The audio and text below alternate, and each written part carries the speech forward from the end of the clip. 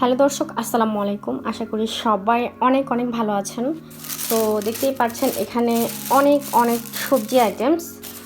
আর আসলে আমাদের বাঙালি গ্রোসারি শপে সেল দিয়েছে, সো এর কারণে আমি একটু বেশি করে সবজিটা নিয়ে এসেছি। কারণ এখানে হচ্ছে দেখা যায় যে এক সপ্তাহ পর পর সবজিগুলো আসে, বিশেষ করে শুক্রবার দিন আসে ফ্রেশ সবজিটা। তো এখানে আমি কিছু শাক, তারপর সবজি আছে।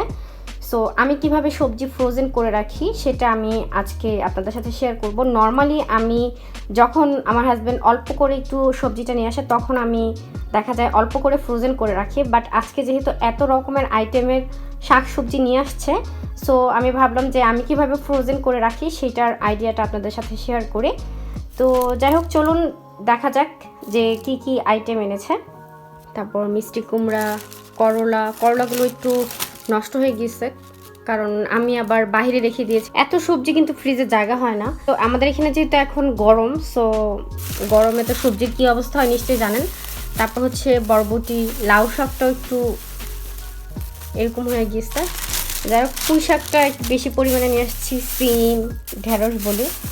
আর হচ্ছে এখানে আছে শসা। এখানকার শসাটা বেশি মজা লাগে, এখন আর এটা ভালো লাগে না।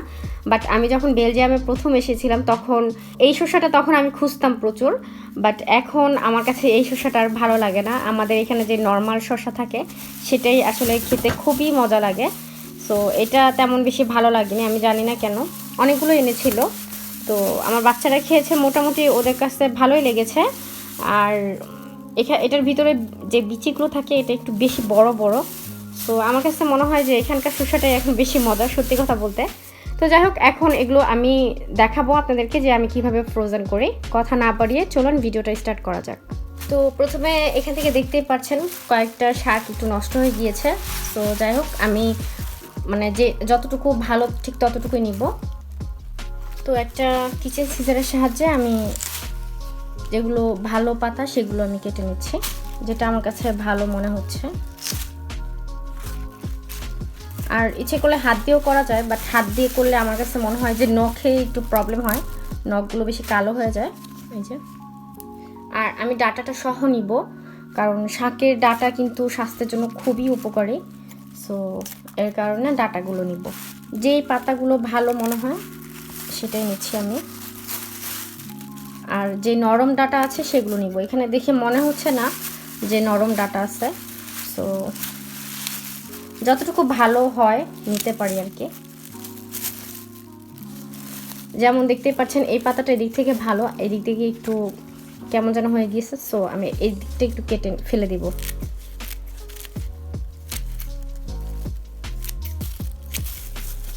এই তো, আর এটা ভালো করে ক্লিন করলে এটা ঠিক হয়ে যাবে। আসলে আমাদের এখানে কিন্তু বাংলাদেশি শাকসবজির অনেক অনেক দাম, সো বুঝতেই তো পারেন।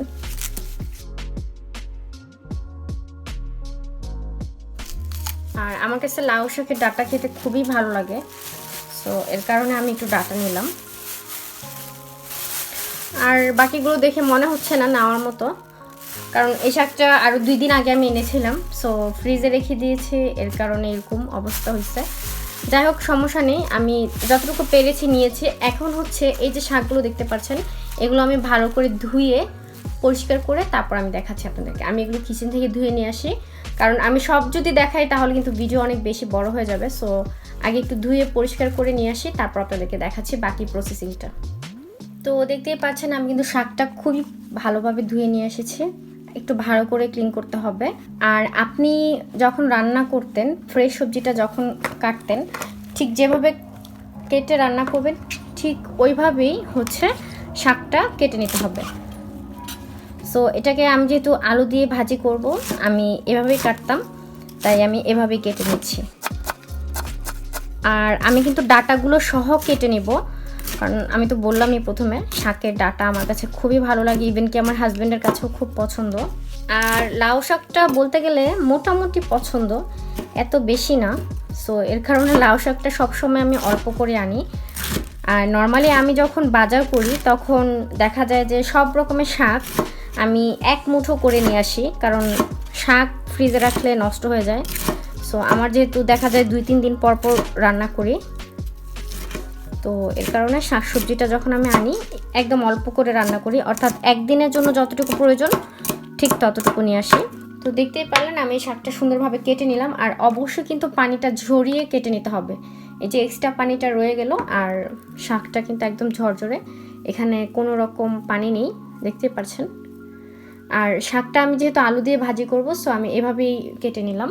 এখন হচ্ছে একটা জিপলক ব্যাগে সম্পূর্ণ শাকটা আমি রেখে দিব, আর যখনই রান্না করব তখনই হচ্ছে ফ্রিজ থেকে বের করে রান্না করে ফেলবো। আর এগুলো কিন্তু আমি ফ্রোজেন করব, আবার কেউ ভাববেন না যে হয়তো বা নর্মালে রেখে দিব, এরকম কিছুই না।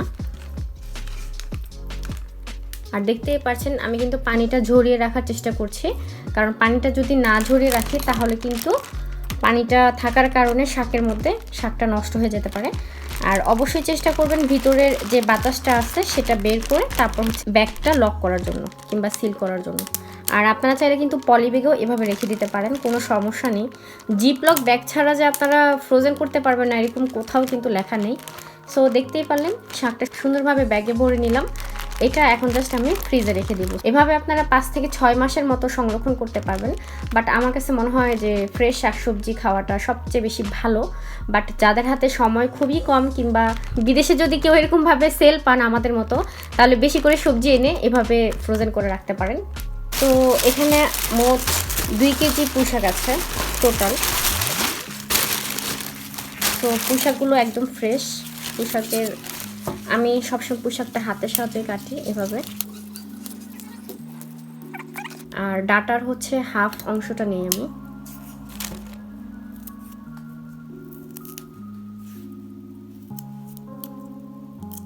যতটুকু আঁশ ফালানো যায় ঠিক ততটুকু ফালানোর চেষ্টা করি।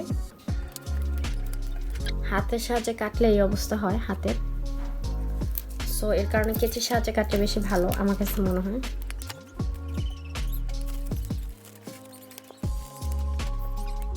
আর আরেকটা কথা বলি, এই জায়গাটা আমি কিন্তু ক্লিন করে নিয়েছি। অনেকে কিন্তু এই ডাটা দিয়ে তরকারি রান্না করে খায়, সেটাও কিন্তু খুবই মজা হয়, বাট আমি কখনো রান্না করিনি ডাটা দিয়ে। অবশ্য আমি চিন্তা করতেছি যে আজকে যেহেতু এত পুঁইশাকের ডাটা, সো এর কারণে একটু হয়তো বা নিতে পারি, হয়তো বা, শিওর না। আর শাকের মধ্যে অবশ্যই আমি একটু ডাটা অ্যাড করব, কারণ শাকের সাথে ডাটা খেতে খুবই মজা লাগে। বিদেশের বাড়িতে আসলে শাকসবজির কিন্তু অনেক দাম। যারা প্রবাসে থাকে তারাই জানে যে এখানে শাকসবজির আসলে কতটা দাম বেশি। নর্মালি আমরা এই শাকগুলো 6.5 ইউরো কেজি করে কিনে থাকি, তো গতকাল আসলে 3 ইউরো করে কেজি দিয়েছে। সো ভাবলাম এর কারণে একটু বেশি করে আনি। একটু বেশি করে বলতে কি 2 কেজি এনেছি। আসলে আমার কাছে মনে হয় কি যে ফ্রোজেন করা শাকসবজি এত বেশি মজা লাগে না। আর আবার একটা জিনিস দেখা যায় যে এখানকার বেশিরভাগ ক্ষেত্রে ফ্রোজেন শাকসবজিগুলো বেশি থাকে, কারণ ফ্রেশ শাকসবজি এত বেশি পাওয়া যায় না। সো ঘরে যদি নিজে ফ্রেশ শাকসবজি এনে ক্লিন করে ফ্রোজেন করা যায় সেটা বেশি ভালো আমার মতে। সো এখন আমি এই শাকগুলো কেটে নিব, তারপর হচ্ছে আপনাদেরকে বাকিটা দেখাবো। কারণ 2 কেজি শাক যদি আপনাদেরকে ক্লিন করে ভিডিও দেখাই তাহলে দেখা যাবে যে সম্পূর্ণ ভিডিওটা অনেক বড় হয়ে যাবে। সো আমি সবগুলো শাক কেটে তারপর আপনাদেরকে দেখাচ্ছি। আর অবশ্যই কিন্তু শাকের এই পাতাগুলো একটু চেক করে নেবেন, বিশেষ করে নিচের সাইডের পাতাগুলো, অর্থাৎ ওপরের সাইডের পাতা না, নিচের সাইডের যে পাতাগুলো থাকে সেগুলো একটু চেক করে তারপর নেবেন। দেখা যায় অনেক সময় বালি লেগে থাকে কিংবা পোকামাকড় থাকে, সো নিচের সাইডের পাতাগুলো একটু ভালো করে চেক করে তারপর কাটবেন। এই যে যেমন এই শাকটার পাতা ওপরেরটা পরিষ্কারই থাকে, বাট নিচের সাইডের পাতাগুলো একটু দেখবেন যে মাটি লেগে থাকে কিংবা ময়লা লেগে থাকে। সো এর কারণে নিচের পাতাগুলো একটু ভালো করে চেক করে নেবেন। তো আমি শাকগুলো কেটে তারপর আপনাদেরকে দেখাচ্ছি। তো দেখতেই পাচ্ছেন 2 কেজি শাক থেকে 1 কেজি হয়েছে শাক আর 1 কেজি ডাটা। সো এতগুলো ডাটা দেখে খুব মায়া লাগতেছে। আমি হয়তো বা ফেলবো না, এই ডাটাগুলো আমি ক্লিন করে নিব আর সেটাও দেখাচ্ছি আপনাদেরকে। বাট আগে আমি শাকগুলো পরিষ্কার করে ফ্রিজে রেখে নিব, কারণ শাকগুলো একটু নেতিয়ে যাবে তা না হলে। আর এই যে ডাটাগুলো দেখতেও একদম ফ্রেশ। এই ডাটাটা যে কোনো মাছ কিংবা চিংড়ি মাছ দিয়ে রান্না করলে খেতে অনেক বেশি মজা লাগবে। সো এর কারণে ভাবলাম যে ডাটাগুলো নিব, কারণ আমাদের এখানে অনেক কষ্টের পয়সা, এগুলো টাকা দিয়ে কেনা। সো আমি ফেলতে চাচ্ছি না, তাই ভাবলাম যে আমি ডাটাগুলো ক্লিন করব। আর এখানে প্রায় 1 কেজির মতো ডাটা আছে। তো যাই হোক, এখন আমি শাকগুলো আগে পরিষ্কার করে নিব, তারপর হচ্ছে ডাটাগুলো প্রসেসিং করব। সো আগে শাকগুলো ক্লিন করে নিয়ে আসি কিচেন থেকে। আর পুঁইশাক কিন্তু অবশ্যই বেশি পানি দিয়ে ক্লিন করতে হয়, কারণ এগুলোতে অনেক বালি থাকে। সেটার প্রমাণটা দেখায় আপনাদেরকে। এই যে দেখুন, আমার এটা একদম নোংরা হয়ে গেছে বালিতে। সো পুঁইশাকটা একদম বেশি পানিতে ভরে ক্লিন করতে হয়। বলতে গেলে আপনারা যদি বেসিন ভরে পানি দিয়ে তারপর যদি ক্লিন করেন সেটা আরও বেশি ভালো হয়। আর আমিও ঠিক এভাবেই করব, বড় একটা পাত্রে নিয়ে তারপর হচ্ছে আমি শাকগুলো ক্লিন করব। সো আমি শাকগুলো ক্লিন করে নিয়ে আসছি, তারপর আপনাদেরকে দেখাবো। তো দেখতেই পাচ্ছেন শাকগুলো আমি একদম সুন্দর করে কমপক্ষে 15-20 মিনিট ধরে ক্লিন করলাম। আর কোনো বালি নেই কিংবা ময়লা নেই, একদম সুন্দরভাবে বেশি পানি দিয়ে কমপক্ষে 7 থেকে 8 বার কিংবা 9-10 বারের মতো ক্লিন করতে হবে, আমি যেটা করি। আর এখানে যেই লাউ শাক আমি কেটেছিলাম সেটাও আমি ক্লিন করে নিয়েছি, কারণ প্রত্যেকটা শাক কিংবা সবজি যেটাই হোক আলাদা আলাদা একটা স্মেল কিংবা ফ্লেভার থাকে। সো এর কারণে লাউ শাকের যে স্মেলটা আছে ওইটা যেন এখানে না লাগে, এর কারণে আমি এটা ভালো করে ক্লিন করে নিয়েছি। আর আরেকটা কথা বলবো, শাকগুলো এমনভাবে ক্লিন করতে হবে যে আপনি সরাসরি এটা রান্নাতে দিয়ে দিতে পারেন। সো আমি এমনভাবেই এটা ক্লিন করেছি। এটা আমি যখন রান্না করব, অর্থাৎ ফ্রিজ থেকে বের করে আমি কিন্তু আর পরিষ্কার করব না কিংবা পানি দিয়েও ক্লিন করব না। সো এভাবেই ক্লিন করতে হবে। তো এবার আমি শাকগুলো কেটে নেব, অল্প অল্প করে শাকটা নিয়ে তারপর কাটতে হবে। আর যখন ডাটাগুলো দেখবেন তখন একটু ডাটাগুলো ছোট ছোট করে কাটতে হবে। দেখতেই পাচ্ছেন আমি কিন্তু শাকগুলো একটু মোটা মোটা করে কেটেছি, একদম পাতলা করে কাটা যাবে না। কিছু শাক আছে যেগুলো ভাজি করার জন্য পাতলা করে কাটতে হয়, যেমন ডাটা শাক কিংবা লাল শাক। সো সেগুলো থেকে পুঁই শাকটা একটু মোটা করে কাটতে হয়। আসলে সব জিনিসেরই কিন্তু একটা নিয়ম থাকে, আর আমরা মানুষরাও কিন্তু একটা নিয়মের মধ্যেই আছি। তো প্রত্যেকটা জিনিসের এরকম একটা নিয়ম আছে।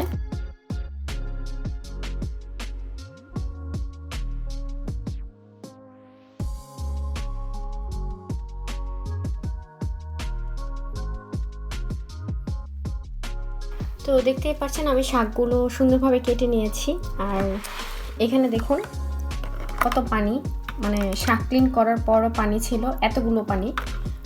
আর দেখতেই পাচ্ছেন আমি কিন্তু পানি ঝরিয়ে নিয়েছি, কারণ শাকগুলো ফ্রোজেন করার সময় যদি পানি থেকে যায় তাহলে এটা টেস্ট নষ্ট হয়ে যাবে। সো চেষ্টা করতে হবে যে পানিটা ঝরিয়ে নিয়ে তারপর হচ্ছে শাকগুলো ফ্রোজেন করার জন্য। তো এখন আমি শাকগুলো জিপলক ব্যাগে ভরে নেব।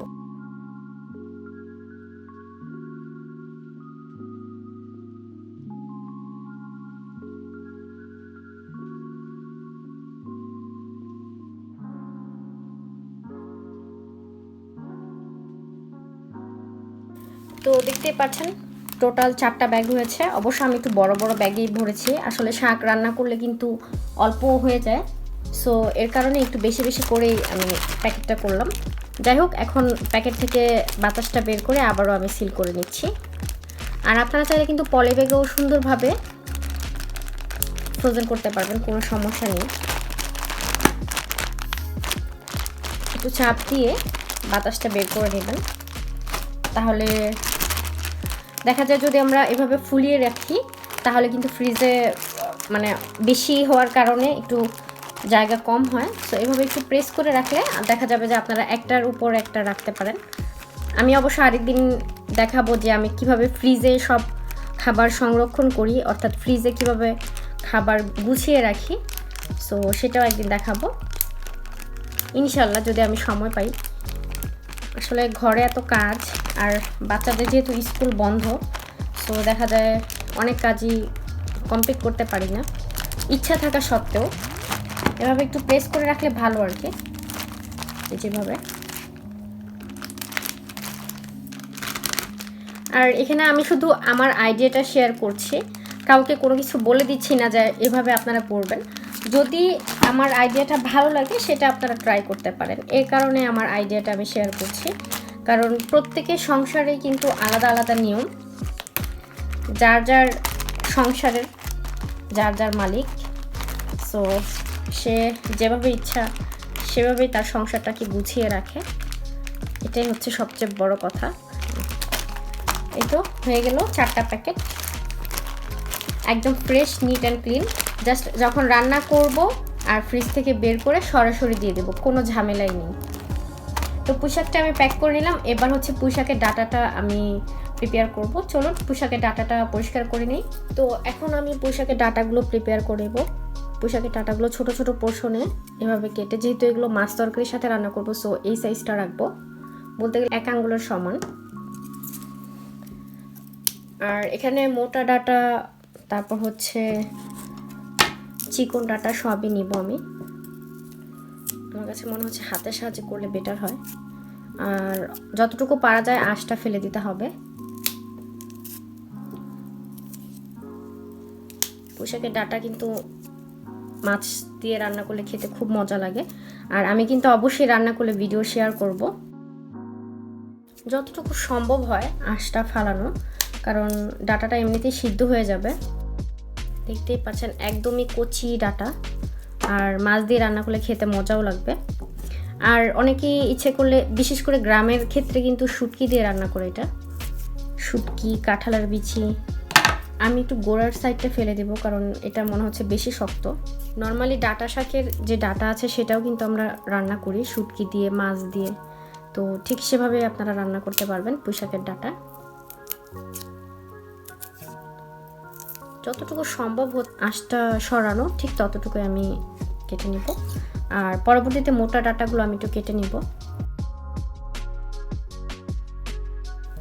শাকের ডাটাগুলো এত কচি, মনে হচ্ছে যে আমি ক্ষেত থেকে তুলে নিয়ে আসছি, এরকম মনে হচ্ছে।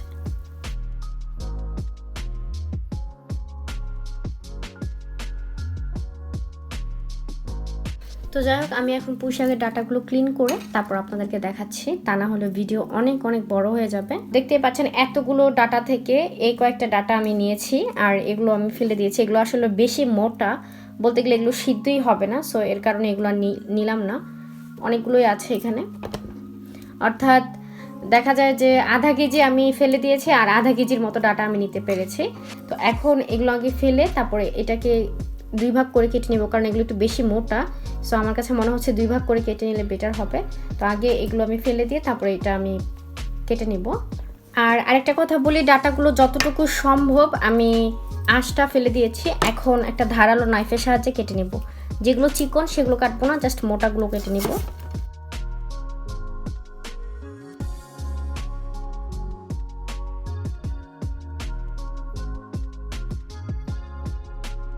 তো আমি কেটে নিলাম। এখন এই ডাটাগুলোকে আগে পরিষ্কার করে নিব। আমি এগুলো কিচেন থেকে ধুয়ে এনে তারপর আপনাদেরকে দেখাচ্ছি। তো দেখতেই পাচ্ছেন এখানে যেহেতু অনেকগুলো ডাটা, তো আমি ভেবেছি যে 2 দিনে রান্না করব। আসলে একদিনে এত খাওয়া যাবে না, আমরা 2 জন মানুষ, আর আমার বাচ্চারা এত বেশি সবজি খায় না।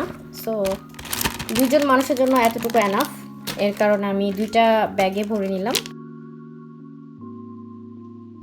এই যে দেখুন, কোনো পানি কিন্তু নেই। বারবার আমি বলছি কথাটা, কারণ অনেক আপুরে আছে কথা ভালো করে না শুনে বলে ওই কাজটা করে ফেলে, পরে হচ্ছে বলে যে আপু আমি তো তোমার মতোই করলাম কিন্তু হলো না কেন। সো পানি থাকলে সবজিগুলোর টেস্ট নষ্ট হয়ে যায় এভাবে। আর অবশ্যই কিন্তু ভিতরের বাতাসটা বের করে নেবেন, তাহলে দেখবেন যে ইজিলি আপনারা ফ্রোজেন করতে পারবেন ফ্রিজে, মানে খুব সুন্দর করে সাজিয়ে রেখে ফ্রোজেন করতে পারবেন। এই যে হয়ে গেল 2টা প্যাকেটে, একদম অল্প অল্প করে, 2 জনের জন্য, একদিনের জন্য পারফেক্ট আর কি। সো এর কারণে 2টা ব্যাগে ভরলাম। এবার হচ্ছে আমি বরবটিটা দেখাবো আপনাদেরকে কীভাবে ফ্রোজেন করি। সো এই যে দেখতে পাচ্ছেন গোড়ার সাইডগুলো, এগুলো যে বাঁধা আছে রাবারের সাহায্যে, এটা যেহেতু একসাথে করা আছে, সো এই সাইডগুলো আমি ইজিলি কাটতে পারবো। এর কারণে আমি এটা একসাথে কেটে নিচ্ছি এভাবে।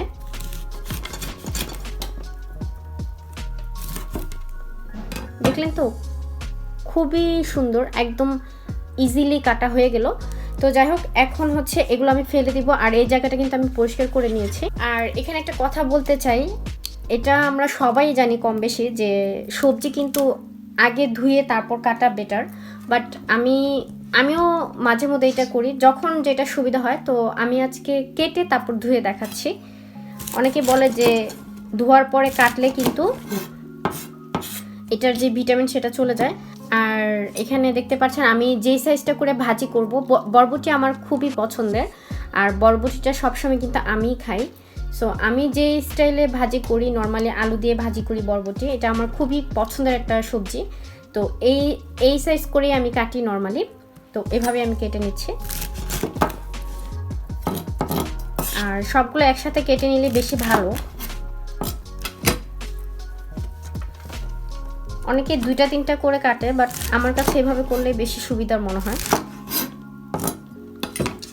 আর আমি আবারও বলে দিচ্ছি, এই জায়গাটা কিন্তু পরিষ্কার করে নিয়েছি, সো চিন্তার কোনো কারণ নাই, এটাই হচ্ছে কথা। এখানে একটা দেখতে পাচ্ছেন যে একটা ময়লার মতো আছে, মানে এটার সাইডের যে অংশটা সেটা, সো এটা আমি আলাদা করে নিচ্ছি এভাবে, কারণ এটা ছোট, এটা পরবর্তীতে কাটবো।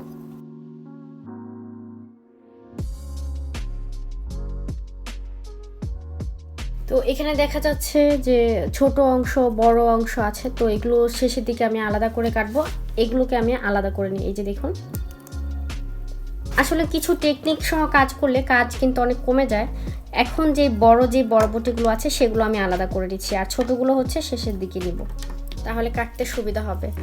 আর যদি আমি 2টা-3টা করে কাটি তাহলে তো সারাদিন লেগে যাবে।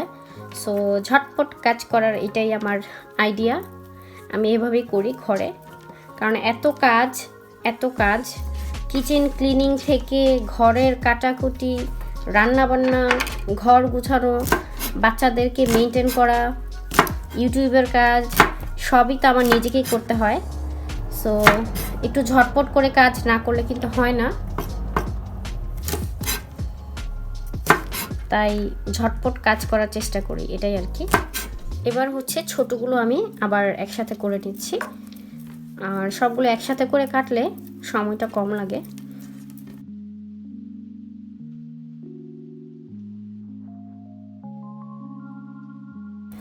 দেখলাম তো কত সহজে, মাত্র 5 মিনিটে বরবটিগুলো আমি পরিষ্কার করে নিলাম, মানে কেটে নিয়েছি আর কি, সরি পরিষ্কার না। আর এই কয়েকটা ময়লা বের হয়েছে মাত্র, অর্থাৎ সাইডের অংশগুলো এগুলো। আর এই যে বরবটি, এখন এগুলো আমি ধুয়ে আনি, তারপর হচ্ছে ব্যাগে ভরবো। আর এখন বরবটিগুলো আমি জিপলক ব্যাগে ভরে নিব। আর বরবটি যেহেতু শুধু আমি খাই, আমার হাজব্যান্ড তেমন একটা লাইক করে না, ও আবার বরবটি পছন্দ করে না, বাট আমার আলু দিয়ে ভাজি করে খেতে খুবই মজা লাগে, সেটা আমি আপনাদেরকে বলে বোঝাতে পারবো না। তো আমি অল্প পোর্শন করে ছোট ছোট প্যাকেটে ভরে নিচ্ছি। আর আমার বাচ্চারা তো বরবটি খায় না, তো এর কারণে আমি অল্প করে ভরে নিচ্ছি, একদিন ভাজি করলে 2 দিন খেতে পারবো আর কি।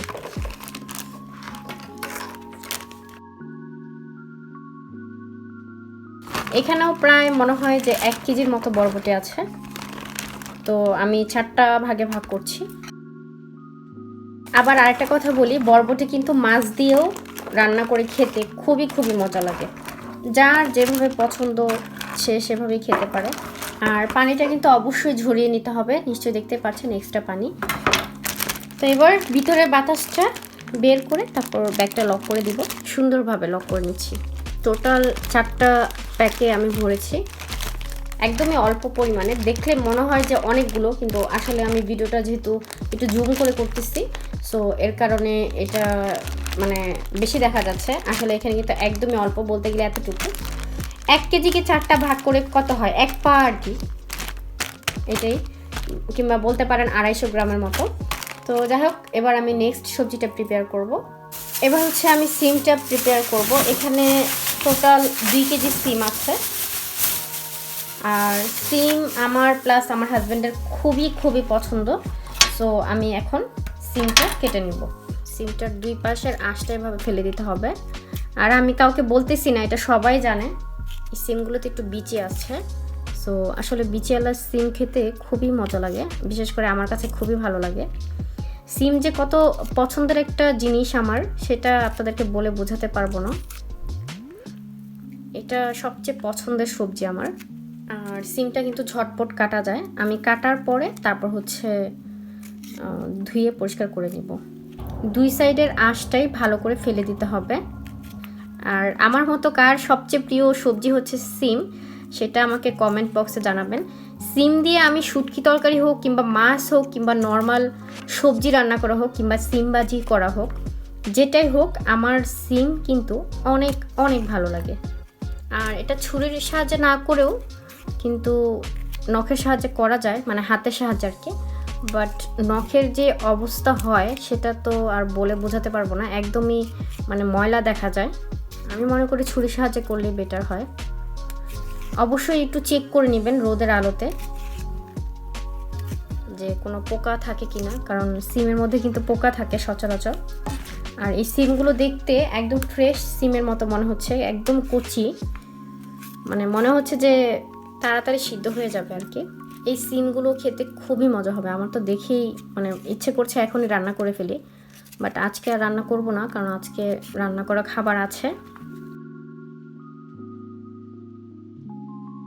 তো যাই হোক, এখন এই 2 কেজি সিম আমি কেটে নিব, কারণ আমি যদি সবগুলো সিম কেটে দেখাই তাহলে কিন্তু অনেক বড় হয়ে যাবে ভিডিও।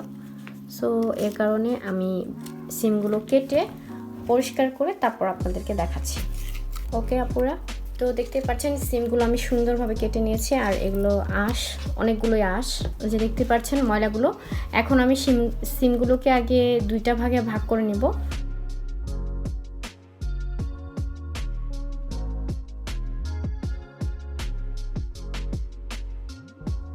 তো এবার আমি সিমগুলো সব ধুয়ে নিয়ে আসবো, তারপর হচ্ছে ব্যাগে ভরবো। তো দেখতে পাচ্ছেন সিমগুলো আমি সুন্দরভাবে ধুয়ে নিয়েছি। এখন পানি ঝরিয়ে তারপর জিপলক ব্যাগে ভরে নেব। আর সিমটা একটু বেশি করে ভরবো, কারণ সিম আমি আমার হাজব্যান্ড খুবই লাইক করে। এই যে 2 কেজি সিমকে আমি 3 ভাগে ভাগ করব। কারণ কি জানেন, সিম তরকারি কিন্তু বাসি হলে খেতে আরও বেশি মজা লাগে।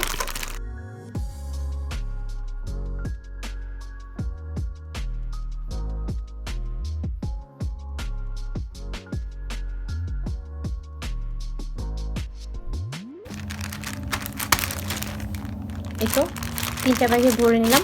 এবার এই জায়গাটা একটু ক্লিন করে নেক্সট সবজিটা আমি কাটবো। এবার হচ্ছে আমি করলা কেটে দেখাবো।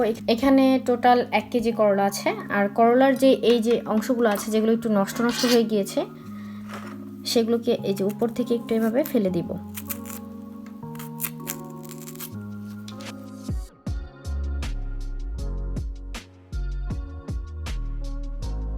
এবার হচ্ছে করলাটা আমি কেটে নেব।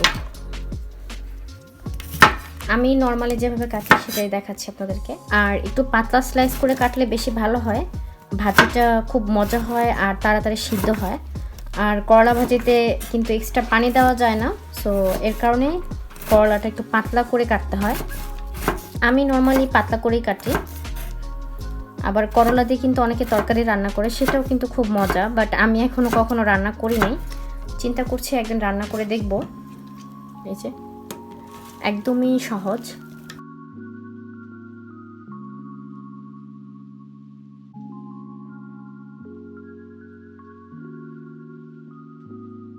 তো আমি সবগুলো করলা কেটে তারপর আপনাদেরকে দেখাবো। তো দেখতেই পাচ্ছেন সবগুলো আমি করলা কেটে নিয়েছি। এখন হচ্ছে, আর একদমই কিন্তু পাতলা করে কেটেছি, নিশ্চয়ই দেখিয়ে বুঝতে পারছেন। এবার হচ্ছে করলাগুলোকে এভাবে একটু প্রেস করে করে ভেঙে নিব। তাহলে এই যে বিচিগুলো, যে অংশগুলো আছে না, এগুলো সব পড়ে যাবে যদি এক্সট্রা বড় বিচি থাকে। তো সমস্যা নেই। যাই হোক, এখন আমি করলাগুলোকে ভালো করে ধুয়ে নেব। তো আমি করলাগুলো খুবই পরিষ্কারভাবে ধুয়ে নিয়ে আসছি। এখন আমি ব্যাগে ভরে নেব। আর করলা ভাজিটা আমি আমার হাজব্যান্ড দুজনেই খুব পছন্দ করি, সো এর কারণে একটু বেশি করেই ভরবো প্যাকেটে, অর্থাৎ বেশি পোর্শনে রাখবো আর।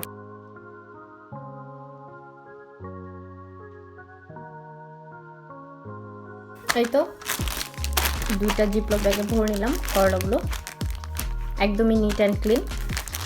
সো এবার আমি নেক্সট সবজিটা প্রিপেয়ার করছি। সো দেখতেই পাচ্ছেন এখানে একটা মিডিয়াম সাইজের লাউ আছে। তো এখন আমি লাউটার 2টা সাইড আগে কেটে নেব।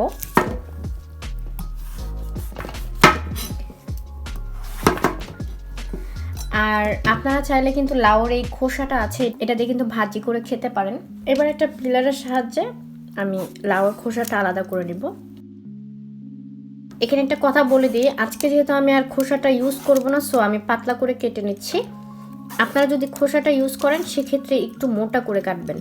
এই যে ঠিক এরকমভাবে একটু প্রেশার দিয়ে তারপর কাটবেন, তাহলে দেখবেন যে সেটা দিয়ে ভাজি করলে খেতে মজা লাগবে।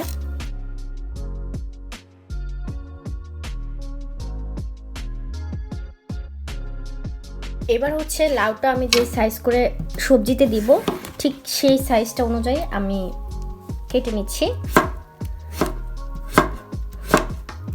আর লাউটা কিন্তু অবশ্যই একটু মোটা সাইজ করে কাটতে হবে।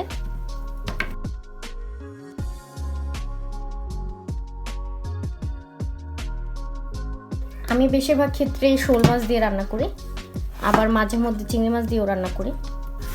বড় চিংড়ি মাছ দিয়ে রান্না করলে বেশি মজা লাগে খেতে। তো লাউটা আমি এখন ধুয়ে নিয়ে আসবো। আর লাউ বেশি ধোয়ার দরকার হয় না, দুইবার ধোয়া দিলেই হয়ে যায়।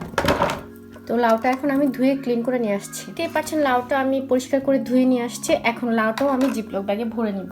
আর লাউ সিদ্ধ হওয়ার পর যেহেতু একদমই অল্প হয়ে যায়, তো এখানে যেহেতু ছোট সাইজের একটা লাউ, সো এটা আমি 2 ভাগ করে রাখছি।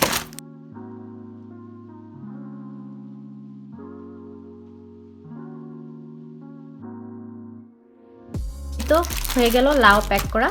এবার আমি নেক্সট সবজিটা কেটে নেব। এখানে একটা মিডিয়াম সাইজের মিষ্টি কুমড়া আছে। তো মিষ্টি কুমড়াটাকে আমি আগে 2 ভাগ করে কেটে নিব। মিষ্টি কুমড়া যেহেতু একটু শক্ত হয়, সো একটু সাবধানের সাহায্যে কাটতে হবে। আর মিষ্টি কুমড়ার খোসাটা আমি শেষের দিকে ফেলাবো, কারণ মিষ্টি কুমড়ার খোসাটা একটু শক্ত। সো আগে মিষ্টি কুমড়াটাকে ছোট ছোট পোর্শনে ভাগ করে নিচ্ছি। এভাবে করলে আর কি যে খোসাটা এটা পিল করতে সুবিধা হয়। আমি নর্মালি এভাবেই করি, সো এর কারণে এটাই বললাম। এই তো। আর মিষ্টি কুমড়া দিয়ে সবজি রান্না করলে, বিশেষ করে পাঁচমিশালি সবজি খেতে কিন্তু খুবই মজা লাগে, আর আমি সেটাই করি। এটার যে গোড়াটা আছে সেটা ফেলে দিলাম। এবার খোসাটা জাস্ট এভাবে পিল করে নিব।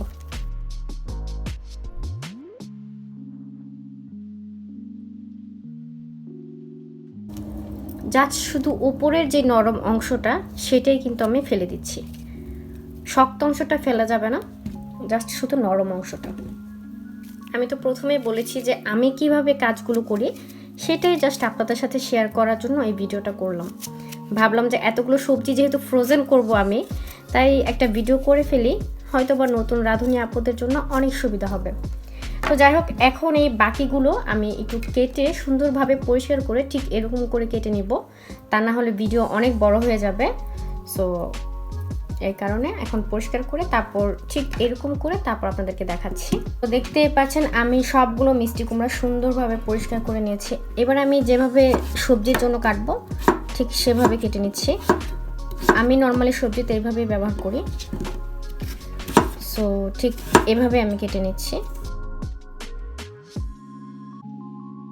আর মিষ্টি কুমড়া দিয়ে কিন্তু অনেক রকমের সবজি রান্না করা যায়, যেমন পাতলা পাতলা স্লাইস করে ভাজি করা যায়, তারপর হচ্ছে চিংড়ি মাছ দিয়ে রান্না করলে মজা লাগে, আমার নিসা খুব পছন্দ করে সেটা। তারপর হচ্ছে সবজির সাথে রান্না করলে ভালো লাগে, মাছ দিয়ে রান্না করলেও কিন্তু মজা লাগে। তবে আমি বেশিরভাগ ক্ষেত্রেই চিংড়ি মাছ দিয়ে রান্না করি আমার নিসার জন্য, আর হইছে সবজি দিয়ে রান্না করি, পাঁচমিশালি সবজি যেটা সেটা।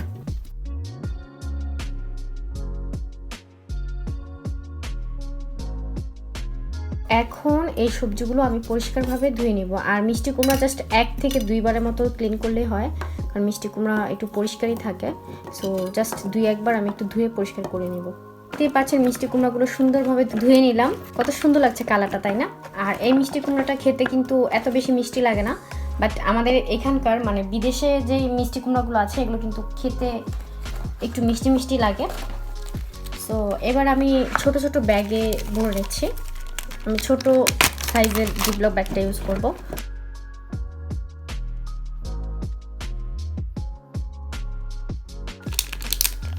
এই তো সবগুলো প্যাক করে নিলাম। এবার আমি নেক্সট সবজিটা দেখাচ্ছি। তো এবার আমি মাশরুম ফ্রোজেন করে দেখাবো। আসলে মাশরুমটা এখানে পাওয়া যায়, এখন যেহেতু সামার টাইম আমি মাশরুমটা সবসময় ভাজি করে খাই, আলু দিয়ে ভাজি করি, আর আমার হচ্ছে খুবই পছন্দ। অবশ্যই এটা পিৎজা দিয়েও খাওয়া যায়। সো দেখতে পাচ্ছেন একটু গরমের কারণে এমন হয়ে যাচ্ছে, এটা আনা ছিল ফ্রিজে, তো ভাবলাম যে মাশরুমটাও ফ্রোজেন করে রেখে দিই। মাশরুম কিন্তু অনেকেই খেতে চায় না, বাট আপনারা মাশরুমটা খেয়ে দেখবেন, এটা কিন্তু খুবই খুবই মজা। সো প্রথমে আমি দেখাই যে আমি কিভাবে কাটি, অর্থাৎ মাশরুমটা কিভাবে পরিষ্কার করে নিই। এটা আলু দিয়ে ভাজি করে খাবেন, অনেক মজা লাগে অনেক। প্রথমে মাশরুমটাকে আমি একটু 2 ভাগে ভাগ করে নিচ্ছি। তো একটা ছোট নাইফের সাহায্যে এই যে এই অংশটা আছে এটা আমি ফেলে দিব, এটা আমি কখনোই ব্যবহার করি না।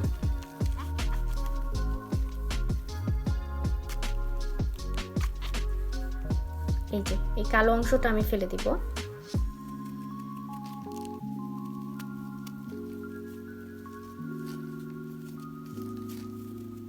এই তো একদম পরিষ্কার করে নিব ঠিক এভাবে। আমি কখনো এই কালো ময়লাটা ব্যবহার করি না, আমি জানি না কেন, আমার কাছে ভালো লাগে না জিনিসটা। মাশরুম কিন্তু স্বাস্থ্যের জন্য খুবই ভালো একটা সবজি, এটা আপনারা অবশ্যই খাওয়ার চেষ্টা করবেন। অনেকে কিন্তু মাশরুম মোটেও লাইক করে না, বাট এটা সবজি হিসেবে খাওয়া খুবই উপকারী।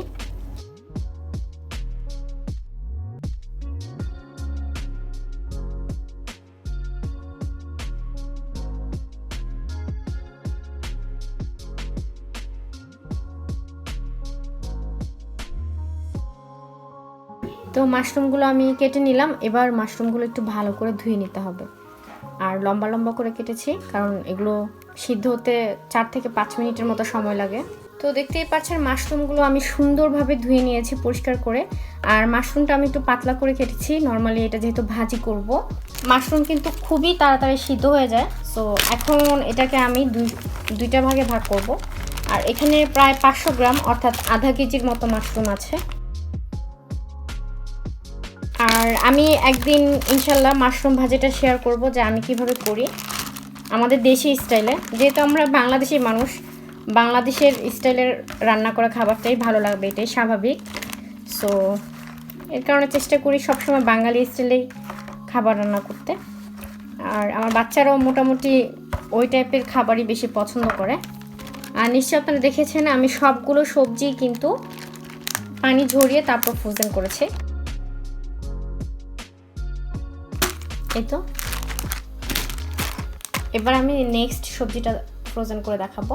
তো এখানে আমি ঢ্যাঁড়স নিয়েছি কিংবা ভেন্ডি যেটাই বলেন, আমি সাধারণত ভেন্ডি বলি সব সময়, কারণ ছোটোবেলা থেকে এটাই বলে এসেছি, আমার অভ্যাস এটা।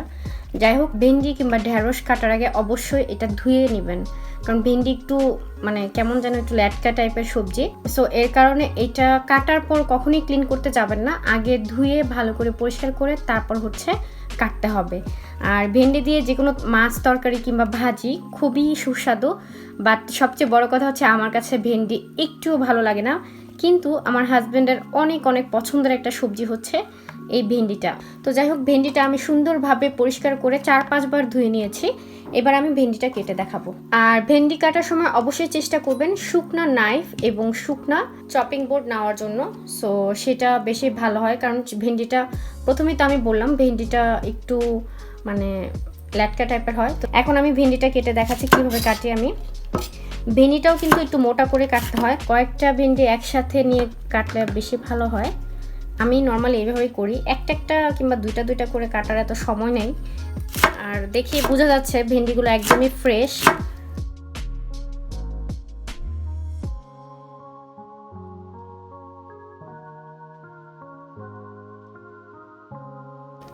আর ভেন্ডি কাটার আরেকটা সহজ নিয়ম বলে দিই, যেগুলো একটু বড় সাইজের ভেন্ডি সেগুলো একটু আগে কাটবেন, আর ছোট সাইজেরগুলো শেষের দিকে কাটবেন, তাহলে এটা খুবই ভালো হয়।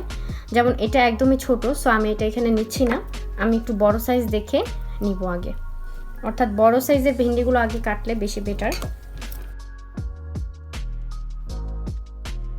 এবার ভেন্ডিগুলো আমি জিপলক ব্যাগে ভরে নিব। আর ভেন্ডিটা যেহেতু 1 কেজি, আর ভেন্ডি ভাজি করার পর কিন্তু অনেক কমে যায়, মানে একদমই অল্প হয়ে যায়। সো এর কারণে আমি 2টা ভাগ করে নিচ্ছি। ভেন্ডিটা শুধু আমার হাজবেন্ডই খাবে, আমি খাই না।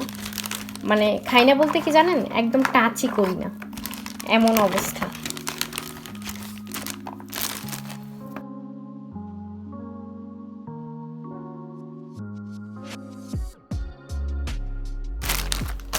এখন ভেতরের বাতাসটা বের করে আমি লক করে দিচ্ছি। আর এটাই হচ্ছে লাস্ট সবজি। সো বাকিগুলো এখন আমি ফ্রোজেন করে রাখবো।